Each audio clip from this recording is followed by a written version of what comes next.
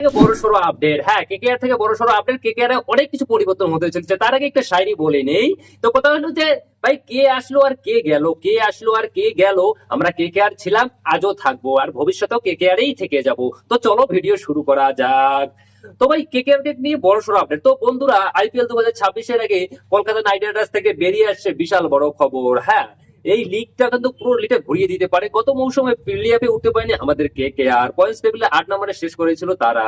যেই কারণে বলটা একটু বড় চমক হতে চলেছে 2026-এ। কেকেআর এর বোলিং কোচ রয়েছেন ভরত অরুণ, কিন্তু তিনি আর থাকবেন না বলে জানা যাচ্ছে। শোনা যাচ্ছে যে ভরত অরুণের জায়গায় ডেস স্টেন আসতে চলেছে কেকেআর ম্যানেজমেন্টে নিয়ে এসে দক্ষিণ আফ্রিকার ভয়ঙ্কর ফাস্ট বলার, যিনি আইপিএল এ এবং সাউথ আফ্রিকা টি20 লিগে দারুণ ভাবে কাজ করেন। তিনি ইশার রয়েছেন, তিনি বোলিং কোচ ছিলেন ইসারেস এর, এবং তিনি বিভিন্ন টুর্নামেন্টে কাজ করে থাকেন। এবং সে কিন্তু এখন পুরাপুরি ভাবে ফ্রি রয়েছে, তার কারণ এসআরএস এসইসি এই দুই জায়গাতেই কিন্তু তিনি বেরিয়ে এসেছেন। এবং 2025 সালে কিন্তু এই সুযোগটাকে কাজে লাগাতে চাচ্ছে কেকেআর। 2026 সালে তাকে কিন্তু বোলিং কোচ হিসেবে নিয়ে আসতে পারেন।